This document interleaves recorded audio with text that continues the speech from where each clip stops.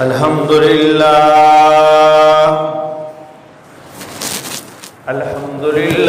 नहमदुहु व नस्तईनुहु व नस्तगफिरुहु व नु'मिनु बिही व नतवक्कलु अलैहि व नऊज़ु बिल्लाहि मिन शुरूरि अनफुसिना व मिन सय्यिआति अअमालिना मन यहदिहिल्लाहु फला मुदिल्ल लहु व मन युद्लिल्हु फला हादिय लहु व नशहदु अन्ना सय्यदना व सनदना व हबीबना व हबीब रब्बिना व मौलाना मुहम्मदन अब्दुहु व रसूलुहु अम्मा बादु फ़अऊज़ु बिल्लाहि मिनश शैतानिर रजीम बिस्मिल्लाहिर रहमानिर रहीम तबारकल्लज़ी बियदिहिल मुल्कु व हुवा अला कुल्लि शैइन क़दीर अल्लज़ी ख़लक़ल मौत वल हयात लियब्लुवकुम अय्युकुम अहसनु अमला वहुवल अज़ीज़ुल गफ़ूर सदक़ल्लाहुल अज़ीम।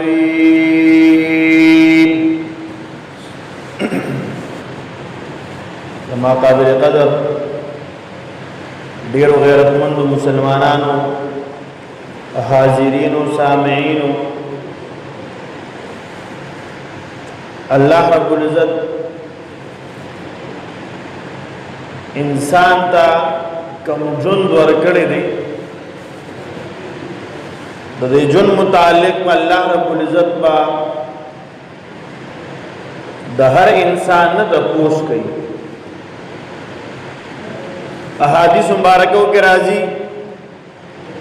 जनाब नबी करीम सल्लल्लाहु अलैहि वसल्लम इरशाद फरमाई द बंदा कदमुन बतर आगा वक्त पूरे द अल्लाह पर दरबार के दखल ज़हन चुदीदी नशी अख्वागीदी नशी तरसो पूरे चे द सलूर सवालों जवाब न वरने की मोहतरम अल्लाह रब्बुल इज़्ज़त द मौताद चिकम जुंद राकले दे दा बेमकसद और बेफायदी न दे अल्लाह रब्बुल इज़्ज़त दा कम कायनात पैदा करे दे दा बेमकसद और बेफायदी न दे अल्लाह रब्बुल इज़्ज़त कमा उतार बदन की कम अंदाम राकड़े दे कमा उतार सू चुकू पदी की यो बेमकसद निश्ता कलास दी कहबी दी कस्तरगी दी के गोगुन दी द बदन नूर अंदामुन दी द टूलू पदे बदन के सना से मकसद श्तदे प कायनात की सूचकू माउदा द स प नजर राजी हो कस नाराजी द हर ये उसिस प कायनात के सना से मकसद अल्लाह रब्बुल इज़्ज़त मुकर्रर करे दे बेमकसद अल्लाह रब्बुल ही चीज ने पैदा करे कागा मार लड़म दी कागा नूर हशरात और नबातात थी कागा नूर हैवानात थी दास चिदी दा इंसान प फायदू की दी और पदे कायनात की दागी से मकसद दे मोहतरम अल्लाह रब्बुल इज़्ज़त द बंदना दद दाकम जुन द्वर कड़े दे द जुन मकसद दाद जिदा बंदमात अल्लाह फरमाई कलमात दोबारा राजी नुब्या गजगोरम जिदा सुमरा अमाल कड़ी दी कम अमाल कड़ी दी और बेहतरीन अमल चा करे दे अल्लाह फरमाई अल्लज़ी खलक़ल मौत वल हयात लियब्लुवकुम ایکم احسن عملا. الله فرمای چې ما ژوند او مرګ د دې لپاره پیدا کړی چې زه امتحان واخلم چې کوم سړی په دې کې احسن عمل ښکلی عمل کوي. محترمو علماء کرامو دا واقعات مختلف ذکر کړي دي او دا خبره ذکر کوي چې نیک اعمال خو آسان دي، انسان کوي شي. لکه انسان راغی مانځه ته ودرېد، مونځ یې وکړ، تلاوت یې وکړ، ذکر اذکار یې وکړو، روزه ونیوله. نیک اعمال کول په دې کې سناس دنیا کې بنده ته لذت او مزه ملاويږي. مونږ کې چې د الله د رضا لپاره کې هم د خوند درکې او کنه دنیا سم پاو د پاره کې بیا هم سړی وایي ز دنیا د چا په نظر کې خسړې ښکارم، اگر چې دغه لپاره اعمال نه دي کول پکار، خو دې وجنه اعمال پرې خوذلم نه دي پکار، زما پړ کې ریا راځي، دې وجنه به عمل نه پرې دی. ځکه د نیت صفائی به دا بار بار کې او اعمال به پرې دی نه. ممارز دا کو چې انسان نیک اعمال کوي د ته لذت او مزه ملاويږي. علماء کرام فرمایي د ټول نو مشکل کار دی انسان ځان د ګناه نه بچ کی، ځان د څه نه بچ کی، ځان د ګناه نه بچ کی. کوم حلال دي حلال استعمالول شروع کی، کم حرام دي د حرام نه ځان بچ کول شروع کی. دا ډېر لازمي څیز دی. نن عام مونږ معاشره کې ګورو، خپل معاشره کې سوچو مونږ خوار سړی کوي، الحمدلله هر سړی مونږ کوي. روزه ډېر خلک نیسي، ډېر بدبخت او ډېر لږ خلک بداسي سره طاقت او سره د وسع سره د روح صحت روزي به نه نیولې، خو اکثر خلک روزي نیسي. دارنګ نور نیک اعمال ډېر خلک کوي. محترم تاسو معاشره کې وګورئ د ګناہوں په یو دلدل کې هر سړی روان دی، هر سړی سنا په یو ګناه کې مبتلا دی او بیا ټول نه خطرناک خبره هغه کومه ده، هغه دا ده چې سړی یو ګناه کوي، یو حرام کار کوي او دی ته حلال وي. زمون کتابونو دا ذکر کړی دي وای چې کله د ګناه کار ته حلال وي چې دا خو ګناه نه ده، وي په دې باندې انسان کفر ته رسي، د اسلام نه دایره نه دی بار کیږي. اگر چې دې کلمه وي بیا دې وای کلمه کړه، وای کلمه خو یو ګناه کار دی او دا خو حلال کار دی، دې کې څه دی وي. د دې په وجه باندې انسان کفر ته رسي، کفر ته د اسلام دایره نه دی خارج کیږي. یو بنده دی ګناه کوي، مثلا شراب څکي، شرابي دی، خو ځان سره دی ځانم ملامت کوي او دا خبره کوي چې او غټه ګناه مې وکړه، نو دی ګناهګار دی خو کافر کیږي په نه. یو سړی دی واړه ګناه یې داسې وکړه چې معمولی ګناه ده، خو ګناه ده او دی ورته ګناه نه وایي، په دې وړه ګناه باندې دی څه کېږي، دی په کفر ته رسي.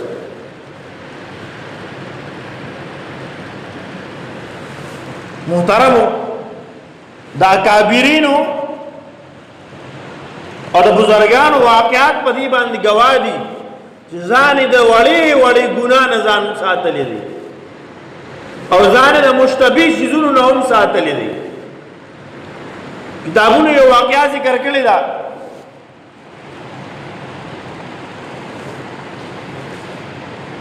عبدالعزیز رحمه الله واقعا چې کله وفات کېده یولس بچی داغه نه پاتې شو. عمر بن عبدالعزیز رحمه الله دا یولس بچی پاتې شو دنه او دا د وخت بادشاہ دی په غټه عہده باندې و چې کله وفات کیږي یو رشتہ دار ولا راغی وته وی چې تا خو ډیر غټ ظلم وکړو په دومره غټه عہده پاتې شوې او دومره د ډیر پیسو ګټلو پیدا کولو مقدر ته ملاو شوی و او ته په داسې حالت کې مرې چې ستا په میراث کې صرف 18 دینار پاتې کیږي څومره 18 دینار مرې 18 دینار نه پاتې کیږي 11 دې بچی دي عمر بن عبدالعزیز رحمه الله وتا جواب کیسه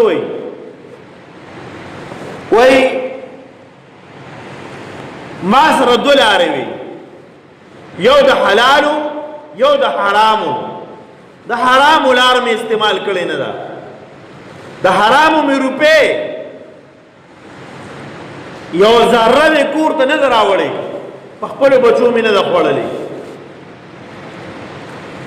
البته څومره می چې د حلال اوس کیدو هغه می په خوړلې وکړه سړوا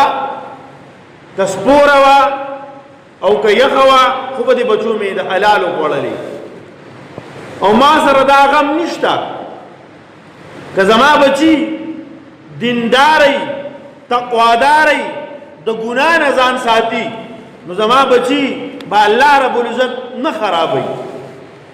الله به ضرورتونه پوره کوي او کنه زما بچی بد عملو بد کردارو نو ما ته د دې هیڅ فکر نشته چې دوی الله تبا کوي او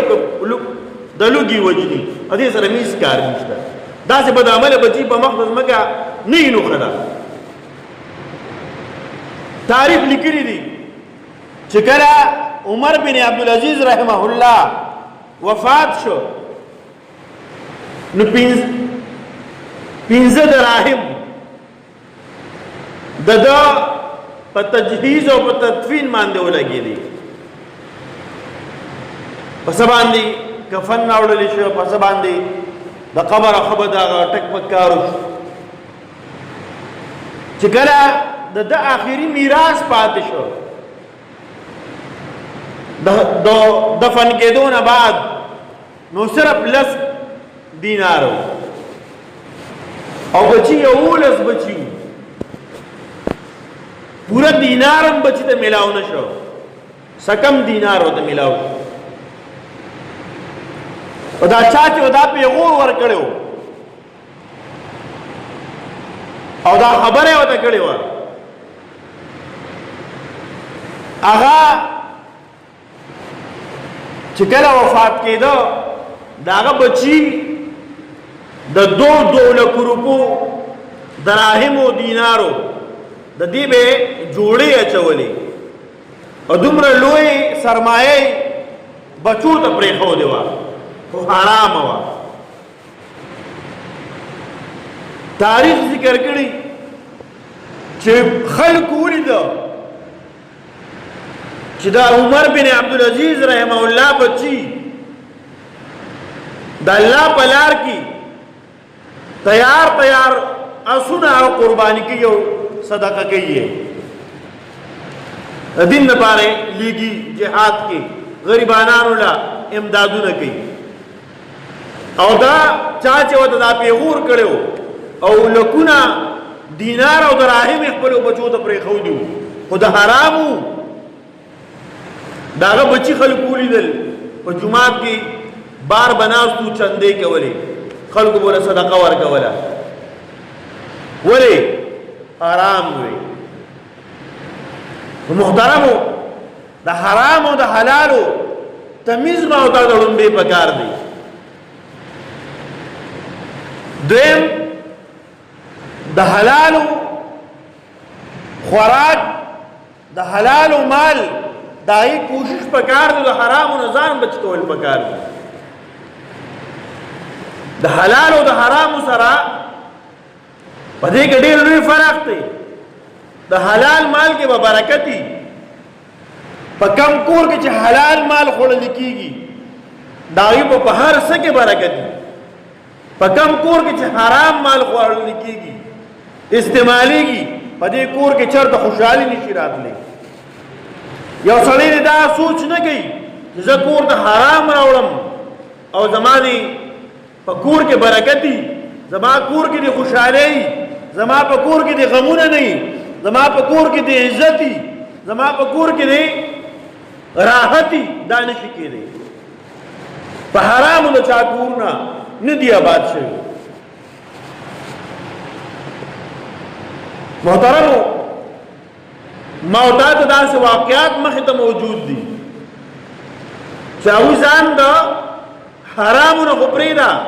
د مشتبه شیزونو نه ځان ساتلی دی مشتبه شیز دې ته وایي چې شک پکې کېدي شي دا ټیک نه وي نو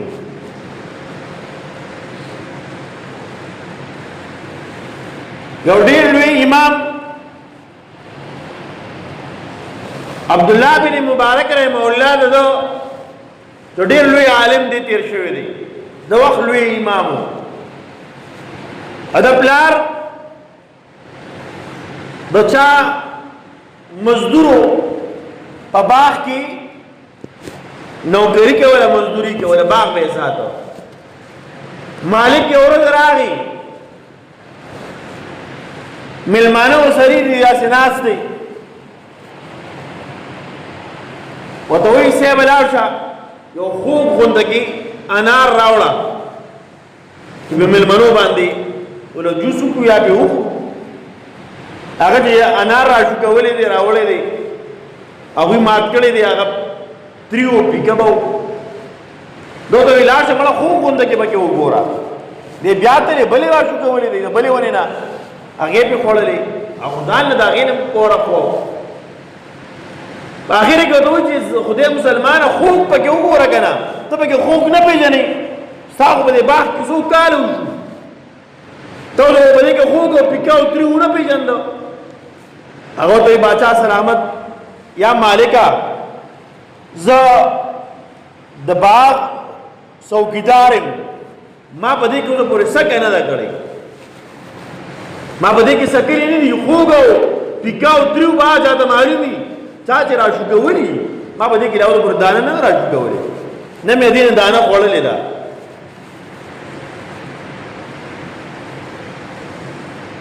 داسې بزرګان دومره ځان ساتي ما تا ته که چا وایي چې دې دوکان کې لږ کښېنه 15 منټو له زه راځم نو زه چې هغه راځي نو مونږ پې پلی او جیبونه ډک کړي او مړه چې سم اوس کېږي مو کړي او الټه دې ته لکه بل هم نه وایو چې پردي دکان نه د پردي ګاڼې نه د پردي پټي نه څه شی راوالو مونږ وایو خیر دی پروا نه په دې کې زمونږ هم لکه حصه ده که نه مونږ ځان له جواز ګورو په الله قسم مونږ او تاسو ته بزرګانو مشرانو دین په داسې طریقه پرېښودی دی چې ما تاسو شروع کو نو واقعي د مؤمن مسلمان دی ته وایي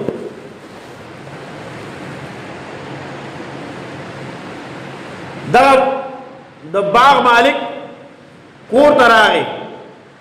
خپلې ښځې ته دا واقعه بیان کړه ډېر زیات متاثره شو زما یو نوکر دی او څو کاله وشو اوسه پورې په باغ کې دانې قدرې نه ده خوړلې راشو کولی نه ده راغورځېدلې هم نه ده خوړلې هغې خپل خاص نوکرانو کې وساته یو ورځ سره مشوره کوي چېرته ته یو نیک سړی او ډېر په تا باندې مې اعتماد هم دی تا نه یو مشوره علم مشوره د نیک کس نه اخیستل پکار دي ځکه تا نه هغه ښه مشوره درکړي بعضې کسي ته مشوره دې والي الټه خبرې په فساد وخت کې نو مشوره دې وغوښتله زما د لور پسې د پلانکي بادشاهانو وزیرانو دا وی رښتې راځي زه څه وکړم دا رشته کم چاله ورکړم تا سره مشوره کوم هغه ته ویې لومبي صاحبه چرته زو چرته ستا مشوره لکه ته ما سره ایله بیله مشوره کې هغه ته وینه زما پتا باندې اعتماد دی تا سره مشوره کوم ویسه بچي هر چاره ورکه خو دیندار کس پکې وګوره چې کوم شریعت مونږ ته حکم کړی دی شریعت مونږ تاسو ته وایي چې تا رشتہ کې نو بهترین رشتہ هغه ده چې هغه دیندار کس سره وي که زویله کې او که لور د لور رشتہ کې چې دیندار کورنۍ د هغه سره رشتہ وکړه حسن تا مال تا جمال تا نسب و خاندان ته مه ګوره دین ته وګوره چا کې دین زیات دی دار قبیلې سره چی دار خاندان سره چې تعلق وي خو چې دینداري پکې ده که هغه هلک دی او که جینۍ د رشتہ ورسره وکړه دغه صحیح ده اجو دا خبره وکړه راغی ښځې ته ووایي چې ما ته خو هغه داسې ووایي او د ما ټول نه بهترین دینداره د ما چې خوښ دی نو د ما دغه دا کوم نوکر چې دی دی مو خوښ دی بهرحال رشته وشوه رشته چې کله وشوه نو د بیبي ته دا پیغام ورسو چې زه به 40 ورځې بعد ستا خواله راځم 40 ورځې بعد په 40 ورځو کې پې دا پابندي ولګوه چې د کور طرف نه به ته رزق نه خورې دومره دینداره خاندان دی خو بیا مو ستا پلار مالدار سړی دی د ډېرو خلکو به سره حقونه وي نو دې وجې نه د خپل پلار د کور په خوراک څښاک بلکل نه کوي اوبه به هم نه څښي 40 ورځې خپله حلاله مزدوري به یې کوله په هغه به خوراک کو په خپله ښځه باندې 40 ورځې بعد چې کله خپلې بیبي له راغی دا دعا یې وکړه ربه چې ما له کوم اولاد راکې ربه دا اولاد را دینداره راکړي دا ما چې څومره څه وکړو د دې لپاره مې وکړو چې زما د بیبي چې په بدن کې کومه کیدی شي د بل حق پکې هغې خوړلي د پلار په داسې خوراک څښاک کړي چې په هغې کې پردی حق وي نو که داسې بدن نه ما ته بچې میلاو شي هغه به سبا بېدینه وي هغه به بې حیا وي نو زما نه داسې بچې پکار دی چې هغه دیندار وي د دین خدمت وکړي د الله د پیغمبر د حدیثو خدمت وکړي نو الله رب العزت ولا اولاد ورکو عبدالله ابن مبارک رحمه الله د وخت لوی امام ګرځېدلی دی د دین ډېر لوی خدمت کړی محترم عرض مې دا کو چې ما او تا نن بعضې وخت کې ګیله کوو د بچي نه ګیله کوو بعضې وخت کې د ښځې نه ګیله کوو بعضې وخت کې د خپلو نورو رشتو نه ګیله کوو چېرته دا ګیله مو وکړه دا مو سوچ ته راغلي که نه زما په مال کې حلال څومره دي زه کاروبار کوم حلال پکې څومره دي زه مزدوري کوم حلال په ځان مزدوري حلالوم که حراموم په دې کې کام چوري کوم غلا کوم ځان پکې پټوم کار کوي شم او زه د ګینټې کار زه په غونډه ورځ کې کوم څه کوم هر سړی خپل ګریوان کې سوچ وکړي دا په چا تهمت نه لګو هر سړی په یو شعبه کې وابسته دی که څوک سرکاري نوکر دی څوک په پرایویټ نوکري څوک په دیاړي مزدوري کوي څوک په ګوټ چاري کوي هر سړی خپل ګریوان کې وګوري زما څه عمل دی زه د خپله مزدوري له 100 روپۍ لم آیا دا په ما حلاله ده که نه دا زه حرامه کور ته راوړم بیا خپل ګرد نوا کې نورو کارونو ته وګورو کم کارونه زما حلال دي کم حرام دي د حرامو نه ځان بچ کول پکار دي د حلالو کوشش پکار دی بهترین کاسب هغه دی کسب کوونکی چې حلال ګټي خپلو بچو له حلال راوړي په هر څه کې به الله برکت اچي او چې کله انسان حلال خوري په بچو باندې په خپله باندې ژوند د خوشحالي امام ابو حنیفه رحمه الله یو پیره درس کو لګیا او ناس کو ورته خواته حلوا پرته وه د علماو خلک هسې موي د مولیانو حلوا ډېره خوښوي حلوا ورته پرته وه او په هغه دور کې د بادام حلوا ورته پرته وه امام ابو یوسف رحمه الله دغه وخت کې شاګرد دی د امام صاحب هغه مور راله د خپل بچي ته قارېدله چې بچی زه تا کار روزګار نه لېږم او ته راځې د مولیانو سره کښېنې وزګار دا خو ځان له وزګار دي قاعده به ورته په دې باندې زه غریبه ښځه یم کونډه او دا دویم چې ته کامیاب شو نو ماله به له شلو روپۍ ګټې ته راځې د مولیانو سره مدرسه کې جومات کې ناست دی یو ورځ پسې داسې راغی چې حلوۍ ولیدله نو امام صاحب ته پکار شوه په خپله حلواګانې خوري او دا ماشومان دلته سبقونو ته کېنولي دي ته خو په خپله مزې کې تا څه پته د ماشومانو څه ضرورتونه دي پېغور او بدره دي ورته امام صاحب ورته جواب کې وفرمیل یو ورځ به ستا دا بچیم داسې به راشي چې دا به د فستې او د بادامو حلوا خوري خفه کېږم د امام ابو یوسف رحمه الله یو پیره وی کاش زما مور جمدی وي او نه لیدلې وي زما د استاد خبره چې کله واغه نن رښتیا شوه بادامو د پستې حلوا ورته پرته وه خوړلې د سترګو نه اوښکې بهېدې محترم معارض مې دا کو که زمونږ خپل مال حلال که برکت به پکې او که نه دا حرامي ای به ډېر خو برکت به پکې نه خصوصا زمونږ په یو په دې معاشره کې یو عمل داسې دی چې هغې ته مونږ د سره وړو حرام وایو نه د سره ورته حرام نه وایو مونږ وایي دا زمونږ خپل حق دی نو هغه د 22 کروڑ څه د پاسه د 22 کروڑ حق دی یو سړی د بل چا حق ته وخوړو د قیامت پر ورځ د کاکا نه معافي وغواړي کاکا ستا مې د پټي نه ګنې مات کړو ماته یې معاف کړه ته به یې معاف کړي خو که د 22 کروڑ عوامو یو حق ته وته استعمالې تا ته ووایې د 22 کروڑ عوامو نه به څنګه معافي غواړي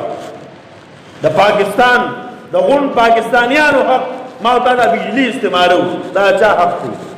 ما ته د لار د روډ استعمالو دا خرابو دا ټولو قوم حق دی ما دا په روډ کې سرکاري ونې ولاړې دي دا چا حق دی د 22 کروڑ عوامو حق دی ما ته درته ویلي دي زما د بچي دا توتونکي راوړه د بازار د بار نه او کور کې نغرې بل دی په دې چې کوم خوراک کېږي تپوس مې کړی دا چا نه تا راوړه سرکاري ونې شوې راوالي دا کوم بجلی استعمالوم دا د عوامو ده په دې زه مونځ کوم په دې زه ذکر کوم په دې زه خوراک پخوم په دې باندې زه اوبه راوباسم ضرورتونه پوره کېږي مونږ ته دا سوچ کړی دی دا د ټولو عوامو حق دی دا څومره چې اجتماعي شیزونه دي یوازې یو چیز نه یادوم